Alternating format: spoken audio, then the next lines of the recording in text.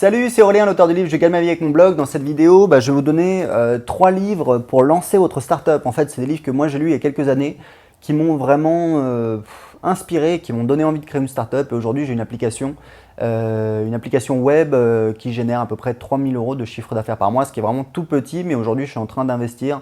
J'ai recruté un développeur pour l'améliorer. Donc en fait, le premier livre que voilà, tous les gens qui s'intéressent à la création de start-up connaissent, et attendez parce que vous allez voir le troisième livre, ça va vous surprendre, il y en a beaucoup d'entre vous qui ne le connaissent pas et c'est un excellent livre et qui coûte presque rien, donc voilà, vous allez voir.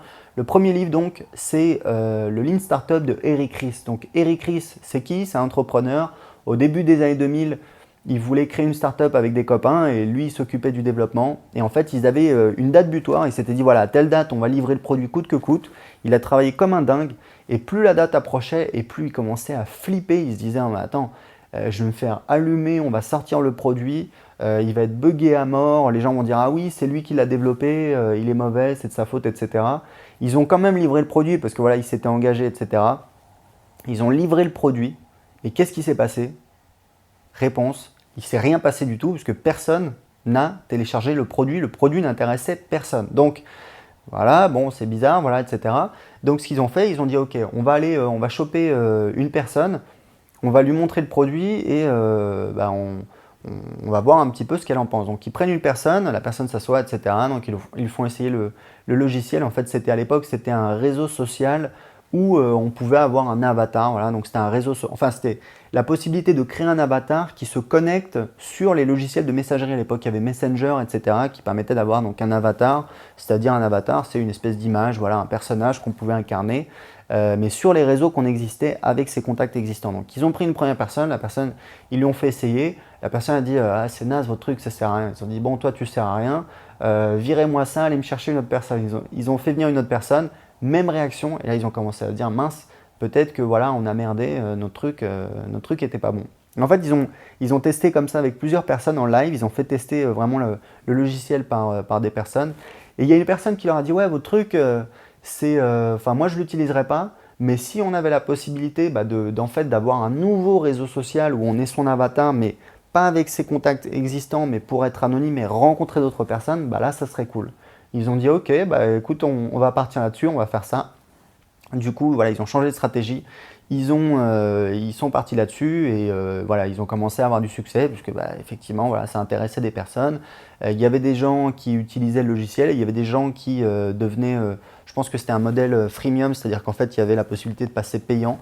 Et donc voilà, ça commençait à générer de l'argent et ils faisaient de la publicité, ils acquéraient, j'espère qu'on dit comme ça, ils acquiesçaient, non je déconne, non, ils acquéraient des clients, enfin des utilisateurs et certains devenaient clients et donc voilà, ils gagnaient de l'argent et tout était bon. Et en fait, Eric Ries, il s'est dit un truc, il s'est dit mais attends, ok, c'est cool, maintenant on a trouvé un truc qui gagne de l'argent, qui intéresse les gens, c'est bien. Mais il s'est dit, mais voilà, est-ce qu'on aurait pu éviter le fait de travailler pendant 6 mois comme des dingues à développer un logiciel qu'on a foutu à la poubelle pour 90% du code parce que voilà, les gens n'en voulaient pas. Et en fait, c'est là où il a commencé un petit peu à développer une méthodologie qu'il a appelée le Lean Startup. Et en fait, l'idée, c'est que voilà, on ne fait plus des startups comme on faisait des startups voilà, à la fin des années 90, au début des années 2000. Aujourd'hui, on fait de manière totalement différente. L'idée, c'est que l'idée qu'on va avoir à la base, c'est très certainement pas la bonne idée. Donc l'idée, c'est plutôt que d'essayer de faire un produit parfait, de le policher pendant des années et ensuite de le balancer sur le marché et peut-être de se prendre une claque, c'est de faire un produit vraiment minimaliste avec vraiment les fonctionnalités principales, de le mettre sur le marché, de regarder les retours des utilisateurs et soit de continuer, soit de faire ce qu'on appelle un pivot, c'est-à-dire de changer un petit peu le produit, de changer le business model. Donc, un truc important à savoir, c'est que Eric Ries, il a été très malin parce qu'en fait, il a appelé ça le Lean Startup. Donc, il a utilisé un petit peu voilà, le mot Lean qui était utilisé dans les process industriels, etc. Il y a notamment Toyota qui est connu pour son approche du Lean. Donc, en fait, si vous voulez, il a pris deux mots en fait qui étaient cool, Lean et Startup, il les a collés ensemble et il a fait une super marque. Il faut savoir un truc, c'est que c'est pas lui vraiment l'inventeur de ce concept. En fait, l'inventeur c'est Steve Blank qui se trouve être justement un des mentors de Eric Ries. Et donc, je vous recommande vivement de lire The Lean Startup de Eric Ries, mais il y a son pendant, c'est le guide, non, le manuel du créateur de startup de Steve Blank qui est un investisseur, qui est quelqu'un voilà, qui est plus senior que Eric Ries et qui a en fait inspiré cette méthodologie à Eric Ries et qui a également beaucoup écrit dessus, et notamment le manuel du créateur de startup, qui est vraiment une lecture complémentaire, même si la méthodologie, vous avez compris, c'est sensiblement la même chose. Mais en tout cas, c'est hyper intéressant parce que on n'est plus voilà, à l'époque à la papa où on passait des mois, des années à polir son truc et ensuite on allait le vendre. Non, c'est fini. On est le couteau entre les dents, on est une petite boîte, on a peu de ressources. Il faut avancer vite, il faut se tromper vite, il faut découvrir des informations vite essentielles sur son marché. Et donc, il faut lancer un produit même, voilà, enfin même surtout imparfait. Le plus rapidement possible. Il y a une citation connue dans le monde des startups qui dit si au moment où vous lancez votre produit, vous le trouvez parfait, c'est que vous le lancez trop tard. Donc, c'est vraiment la méthodologie excellente et vous devez absolument le lire si vous vous intéressez au développement d'applications, développement d'applications SaaS, développement d'applications web. Il faut absolument lire un de ces livres. Le deuxième livre qui est vraiment complémentaire, c'est en français, c'est Business Model Nouvelle Génération. Alors c'est un livre extrêmement marketing, parce qu'en fait c'est un livre très visuel, c'est un très très beau livre, vraiment ils ont fait un très très beau travail, qui donne en fait un canevas, un modèle de template pour créer son business model. Et en fait le truc c'est que vous n'avez plus qu'à l'imprimer et à le remplir et ça vous permet d'avoir un business model pour votre startup très visuel, très facile à faire et c'est pas le document Word avec une annexe, un fichier Excel, etc., des prévisions, le truc horrible que personne ne lit et qui sert à rien.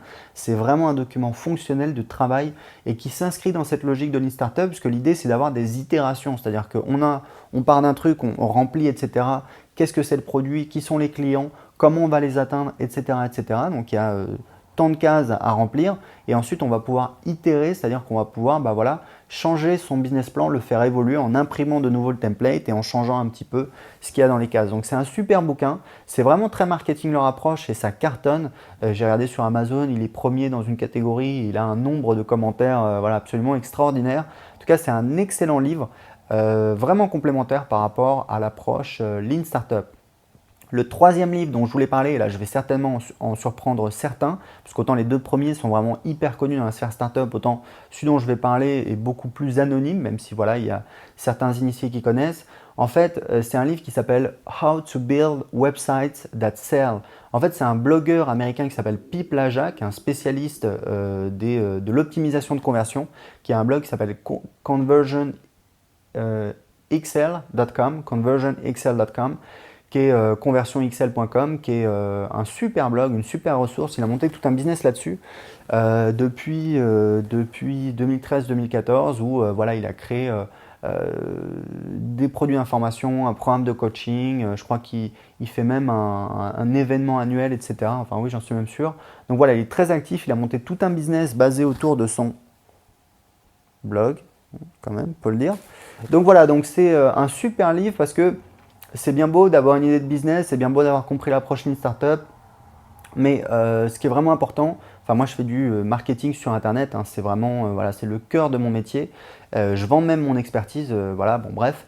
Et en fait, ce qui est vraiment important, c'est l'optimisation de conversion, c'est le fait de convertir, c'est-à-dire il y a des gens qui voient votre truc, ok c'est cool, mais sur tant de personnes, combien de personnes vont soit s'inscrire sur votre site pour voilà, en savoir plus, tester votre produit gratuitement ou en payant, ou alors vont devenir clients. Donc ça c'est hyper important parce que vous devez absolument travailler sur l'optimisation. D'ailleurs dans le Lean Startup, il explique bien que voilà, l'idée c'est en fait toujours de faire des hypothèses. On dit voilà, peut-être que si on fait ça, on va pouvoir avoir ça. Ensuite de mesurer et ensuite d'itérer, c'est-à-dire en fonction des informations qu'on a récupérées, on va faire évoluer le produit, faire évoluer le marketing, faire évoluer la cible, faire évoluer le business model, etc. etc. Mais l'idée c'est d'avoir cette approche très structurée qui est vraiment d'émettre des hypothèses, d'émettre une hypothèse, de la valider ou de l'invalider avec des tests, mais vraiment des tests quantifiés, hein, c'est pas au doigt mouillé, et ensuite de faire évoluer un petit peu son business, son produit, son business model. Voilà, écoutez, j'espère que ça va vous inspirer. J'ai préparé une fiche résumée pour vous où en fait il y a les liens vers ces 3 livres. Vous pouvez directement aller les trouver sur internet. Donc voilà, j'ai tous les liens qui sont dans cette vidéo pour télécharger la fiche résumée tout de suite. Cliquez juste en dessous de cette vidéo. À très bientôt.